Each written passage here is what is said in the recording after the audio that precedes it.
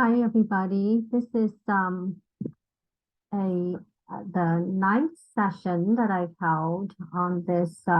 And again, I apologize. I haven't had time to go back to record the other sessions, but I will try to. But I wanted to at least get this one out because it is 3 weeks out from the bar exam, and I want to talk about your mindset and attitude at this time, as well as to review some things you should keep in mind at this time. Okay, so the themes I think around session 6, I had talked about how, okay, it's time now. We've had 6 weeks to review wellness concepts, and now it's time. Well, actually 5, because the first session I reviewed the American Bar Association, the ABA's tips on what you should be doing to study for this exam. And one of the big tips I gave was the mindset and attitude that they talked about. And then for about 5 sessions, we went through a lot of those concepts, the main ones, and there are a lot of them, because we know this is such an important topic that has come up, especially in the last couple of years. But I would say even previous to that, it has just brought more attention in the last couple of years. But it's always been the case in the legal profession. Wellness has been a big issue in the legal profession since I've been around. So today I want to again summarize the theme that just keeps showing up every time whenever we think about keeping ourselves well during any process, not just for studying this for this exam, but we're 3 weeks from the exam. So the talk today will be kind of focused on the 3 weeks mindset for getting into the bar exam, as well as what you can be doing, things you can do. So let's start. And actually, I want to start from the bottom up. I every time I always talk about asking for help. It's really important because we humans are social animals, and we need people around to help us get through things or to even keep us sane. And so having a good support network is important. Making sure that you continue to have a good support system around you becomes even more important now, because a lot of things may go unfinished, and as much as you can, put a lot of things off until after the exam if you are able to manage it, or bring in your support system to help you manage some day-to-day life that may get in the way. So for example, get babysitters, or if you have a spouse or family that can take care of kids, if you have kids, little things like that can help you keep well during this process. You need to make sure that they really are good support system and not negative support systems. We all have those people in our lives where they're doing more harm than good, and sometimes you're stuck with them. You can't help that, but as much as you can, avoid it during this next 3 weeks until the bar exam. That will mean, I've talked about avoiding social media, start weaning yourself off of the news. A lot of that, even if you don't think it's affecting you subconsciously, your mind is processing that. And you really need your mind to be clear during this process. So do as much as you can to get some of those distractions out of the way, even if that means unsubscribing to things or deleting those apps off of your phone. You can always reinstall it afterwards. Things will still be there. So try as much as you can to get those distractions out of the way. If you are studying with other people, make sure that you are not comparing yourself to other people. And even if it's not just about the studying, just try not to compare yourself to other people in at this time, really throughout the process too. That's one of the tips that the ABA have on their list of 30 tips to survive this bar exam process. And again, I'll go back and record that video when I get a chance. I'm pretty sure I will, but keep your eye out for it. And so don't compare yourself to others. Sometimes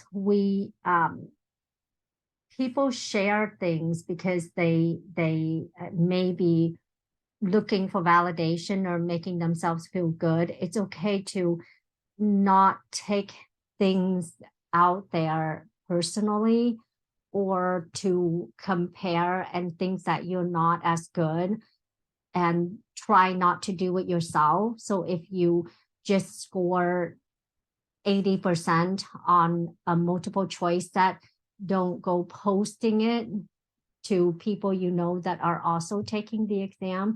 Have a little bit of grace, validate it for yourself, and keep it to yourself. Okay, just be kind a little bit, because everybody may be stressed out at this time. So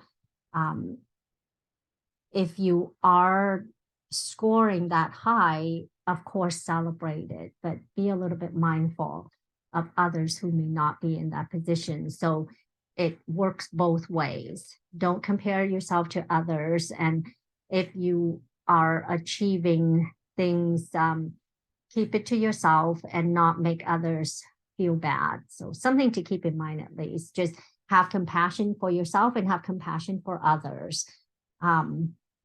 And last time I talked about the 2090 rule, or I'm sorry, 2190 rule. The 2190 rule, I think, comes from the idea that it's believed there are, it takes 21 days to create a habit, 66 days to ingrain a habit, and 90 days to have that be a lifestyle. And so there are at least 21 days until the bar exam. What you should be doing now is to, if you're not already in a routine, try to create a healthy routine or a healthy habit. You still have time to create that habit so that by the time the exam comes around, you are used to doing things so seamlessly that it doesn't become a stress. That means try to get a regular night sleep routine, go to sleep around the same time and wake up around the same time. For you now, it would be a good idea to think about, well, when do I have to get up to get myself to the exam on time on those days of the exam? That's how you should be getting up now, starting now, so your body gets used to it. And then how much sleep do I need for me to go to sleep and get up refreshed for my day? And that's somewhere, it's believed to be 6.5 to 6 to 7.5 hours. Most people, 7 hours of sleep is actually the ideal. There's been the number 8 hours floats around, but I have seen studies where actually the optimal is around 7 hours. And of course, you can fluctuate depending on who you are, but at least try to get about 80% of the time to have that really good sleep. And it's okay to have to stay up later than that on some days, or sleep in later than you normally would on some days. Again, have some grace for yourself and have some compassion for yourself, but make sure that you maintain a regular good sleep habit, and then have regular eating habit as well, eating routine. Try as much as you can to eat nutritiously during this time, and have healthy snacks rather than too sugary snacks. I think sugar's believed to be pretty bad for you. So you don't have to completely go on a no sugar diet. That's probably not a good idea. Don't change your diet at this time. And in general, don't change anything in your schedule at this time. But make sure you eat as much as you can as in a healthy way. And that may mean 80% of your time you are eating well, and 20% of your time you're eating pizza, or because that's the most convenient thing that's well, and you crave it. So give yourself some grace. Exercise, it's always good to keep active every day. Generally, I think the idea is 30 minutes a day, 3 times a week. That doesn't mean you have to go to the gym every day or every other day, or it doesn't mean that you have to actually have a formal exercise. During this time, it's okay to treat housekeeping as an exercise, even if you just get out the door and walk around the block. That could count. That's better than nothing. As much as you can, get some sort of activity so you're not just sitting there, you're not lying down, or you're not just vegging. Get some activity in your body. It's also a good idea to keep your energy up, and ways to keep your energy up would be to make sure you get some hydration in the morning, because you get very dehydrated during your sleep. So if you can, hydrate yourself by drinking water first thing in the morning. It's recommended a couple glasses, so 16 ounces of water before eating or drinking coffee. Make sure you delay drinking any caffeine for half an hour to an hour after you wake up. And I haven't done a session on it, but that is really helpful because of the chemicals that's still in your body as you wake up. It takes about half an hour to an hour for that groggy chemical to work out of your body. If you drink caffeine immediately, then your body doesn't have the time to get rid of that quote unquote grogginess chemical in your body. And that chemical binds to the caffeine and stays in your body. So once the caffeine wears off, then that chemical is still there, and it has to have time to wear off. And sometimes that's that afternoon crash that you may get if you get caffeine too early. And so keep that in mind. As far as hydration, try to, if you start to feel tired, or if you're not thinking well on exam day, you may want to take a sip of water or take a deep breath so that you get oxygen going to your brain. During this time, try to stay hydrated throughout the day so that you get enough water in your body. It's generally recommended to have 8 glasses of water a day, and that's about 64 ounces of water. That's about a half a gallon of water. If you're not used to drinking that much, don't just do that like starting now. Work your way up to it and drink as much as you can tolerate. If you just tomorrow, like if you have been the kind of person that hasn't been drinking very much water normally, don't force 64 ounces in a day starting tomorrow, because you are not going to feel good. You're going to feel bloated, and your body's going to retain that water because it's not used to it. So don't try any new diets. Don't try any dramatic routines at this time, because that can throw your body off. But start getting your body into a good routine, especially if you're traveling to your destination the day before the exam or the weekend before the exam. You want to get your body regulated enough so that a little bit of travel won't throw you off. Even if you're not changing the time zones, traveling tends to throw our circadian rhythm off anyway. And so that can help if you maintain as much balance as you can during this time, so the adjustment won't be as dramatic. That's why when we travel, we tend to have poor digestion and not feel our best until we have time to recover. And that's the whole idea about jet lag and all of that. So keep that in mind.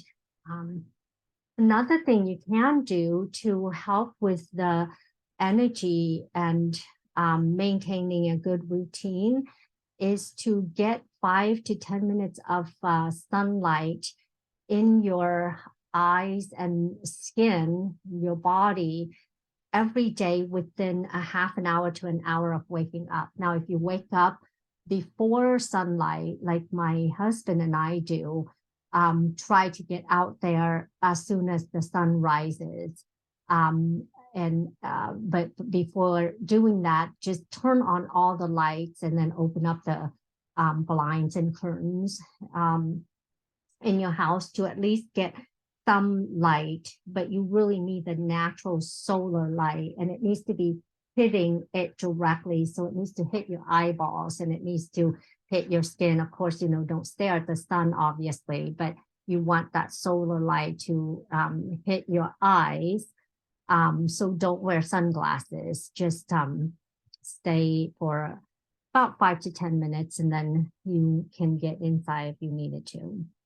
But that can help you create some healthy habits that can carry you through to the next 3 weeks. I'm going to skip up to this first prong here, this first row, and talk about mindset and attitude. I've been doing this for 10 years now, about 10 years now. And around this time, starting in the beginning of February for the February exam, and then starting in July for the July exam, of course, in 2020 and 2021, things were thrown off. But, that aside, around this time, people start to feel this overwhelm and sometimes panic that they may become debilitated if it's not kept at bay. And so it's important for you to start early so that you can maintain that healthy mind around this time when it's crunch time. So we talk a lot about having a really healthy mindset and attitude during this process, a positive mindset, being positive, staying relaxed, not freaking out, can help you succeed on the exam. So make sure that you are kind to yourself. And if you find yourself negative talking, then you want to reframe it, show some compassion to yourself, treat yourself as if she is the person that you care about and not yourself. We tend to be meaner to ourselves than we are to even strangers. And so if you pretend that you are seeing this person as someone that you actually care about, would you speak to that person in that way? No, you wouldn't. And that's the dichotomy of it. And so keep that in mind and try to see yourself outside of yourself, and treat yourself as if you would treat somebody who deserves to be treated with kindness, because we all do, no matter who you are. So be kind to others and be kind to yourself.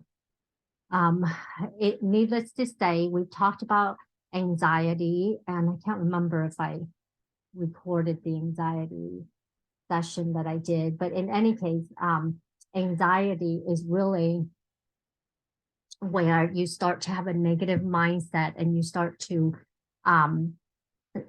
have sabotaging thoughts or catastrophizing thoughts or what if thoughts that is really unreasonable, but we don't see it as unreasonable because we're in that moment where we think, oh my goodness, this is the most terrible thing in the whole wide world. But if you put things into perspective, nothing that we go through is ever life-threatening. There is no emergency most of the time that is life-threatening. So this bar exam is not life-threatening if you can't get through it. So keep that into perspective, because if you start going down that rabbit hole, you have a very negative mindset that can lead to stress and anxiety, because that catastrophizing releases the cortisol chemicals in your brain that if you get too much of that, then you have the anxiety feeling and stress that can lead to poor performance, not just on the bar exam, if you do panic on the bar exam, but poor performance during the next 3 crucial weeks. So make sure you keep self-doubt at bay and be compassionate to yourself. One reason why we feel overwhelmed is because of the fear.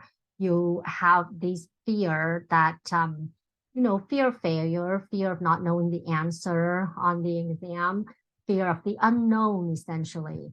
Remember that fear, a little bit of fear is good. We really should have fear, because fear is what drives us. It's what motivates us to do the right thing. When the fear becomes unreasonable, when it's unfounded fear, when you start catastrophizing, that's when it's unhealthy and it paralyzes you. So what you need to do is you need to keep the fear at bay, and you want to get rid of bad fear and control your good fear. And turn it into motivation. Turn your fear into motivation. Right? One way for you to be able to get rid of the bad fear is to, tell yourself that this is unreasonable, and let's stop thinking of it. But that's easier said than done. And so another strategy you can use that I've talked about quite a bit is to keep a journal. Journaling can be a really healthy way for you to either set goals or track things or get things out of your head. And we talked about doing a gratitude journal, a tracking journal, a visualization journal, or just a scratch journal. I call it scratch because that's where, if you think of something and you don't want to get distracted, just write it down and keep track of it. And write it down, set it, forget it, and then go back to it when you have time to deal with that. I talk a lot about doing the brain dump. It's good to get any fear out of your head and write it down. You don't need to keep a formal journal. Just grab a piece of paper and write it down. Start writing. After you finish, tear it up, burn it, put it in the shredder. It doesn't matter, but hopefully that pen to paper will get it out of your mind so that you can focus on studying. Sometimes that, I think, is really helpful because you are putting that fear into the physical form and then destroying it. And that can be a powerful thing that you can do for your fears, to actually see it get crushed. Okay. Generally, it's recommended to do this quote unquote journaling first thing in the morning and last thing at night, or one or the other. So it could look something like first thing in the morning, you write your gratitude journal. And I've talked before about how, well, for this bar exam, as you're going through your process, you can do things like, I'm so grateful. These are the 4 rules that I learned today, or these are the 10 rules that I learned today. I'm so grateful that I learned such and such a thing, or that I got through the torts outline now and I can move on. Things like that. It's some people also recommend first thing in the morning, you also journal out how your day is going to look. And that can then end up being your basically your to-do list for the day. But write out and fantasize, okay, this is going to be, if I were to have a perfect day today, this is how it would look because I have thought about what I wanted to accomplish today. And if I could do this, then it's going to be a wonderful day. And be kind if you don't do most or even all of it, then the next day, try it again. Treat your life like a video game. You get a redo all the time until you achieve the goal and get to the next level. Nobody says you can't redo. So remember to not try to be perfect every day, but make progress. Then the last thing at night, you can again do the gratitude journal. I'm so glad I got these things done today. I'm so glad I learned these rules today. Or you can write down what went wrong, what went well, and how I can make things even more phenomenal the next day. And that could help get some of those things out of your way so you can have a good night of sleep. The key is to stay in the present. Don't ruminate about the past. Whatever you didn't learn up until this point, there's no point in beating yourself up because you can't fix it now by ruminating. The only way to fix it now is to actually learn it now. So stay in the present, control what you can during the present, and not worry about the future because you cannot control the result of the exam. The best way to be able to get the result you want is to do the work now. Make progress as much as you can. Stay in the present. That leads to that staying focused and staying balanced and making sure that you're making progress continuously from now until the exam. That could be a little tricky if you get overwhelmed or if you feel like you're getting burned out. If you really are getting burnt out, then you want to make sure that you pay attention to your why. Always know why you're doing what you're doing. And that can help center your focus, creating a plan of some sort, a list of some sort, even if you are not one of those people that create schedules. Create an idea or a plan of how you're going to spend your day. That could be important for you to get grounded and know what to do so you're not sitting around wondering what you're going to do. Making sure that you take your breaks, take deep breaths, and do things that if you start to feel like you're getting burned out, do things that bring joy to your life so it can help rejuvenate you so you can get back to studying. And it doesn't have to be a long thing, and it really shouldn't be a long thing, but if you like listening to music, then you take a break and listen to music. If you like to play music, take a break and play your instrument. Whatever it is, if you like to ride your bike, get out and ride your bike, or whatever it is that can help you get refreshed so you can get back to your goal. Find that thing and do it to help you center yourself again, to focus on your why. Sometimes it can be helpful if you associate what you're doing with a difficult task with a task that you have done well. So think about your greatest achievement and imagine how it felt when you achieved that, and associate that with this process that you've succeeded in the past, And so you can succeed with this if you put in the same effort that you did for that achievement. And imagine how you will feel in the end. So it's now time to prioritize.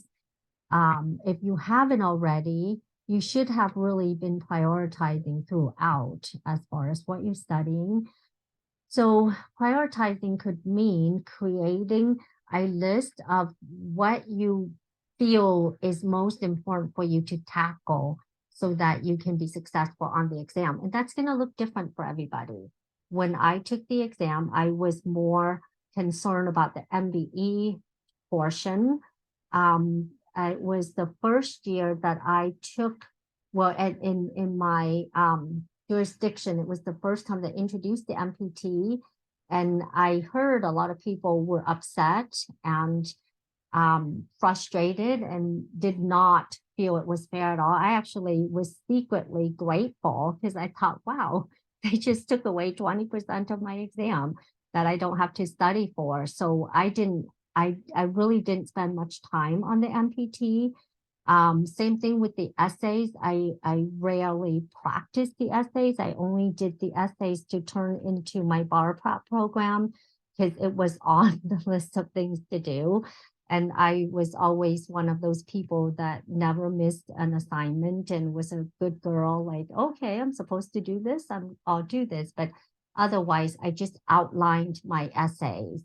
And so one of these days, I'll do a video on that, how you can be really efficient with studying for the exam, especially on the essay portion, if you're not worrying about your writing, but more about the conveying the law and memorizing those black letter law. But when I do that, I'm able to fit in 3 essays in a half an hour rather than doing 1 essay in a half an hour. So anyway, make sure you get to know yourself. What is the area of concern that you worry about, your fear? Attack your fear, face it, and learn to figure out what it is and learn to put down what it is that you can do to conquer that.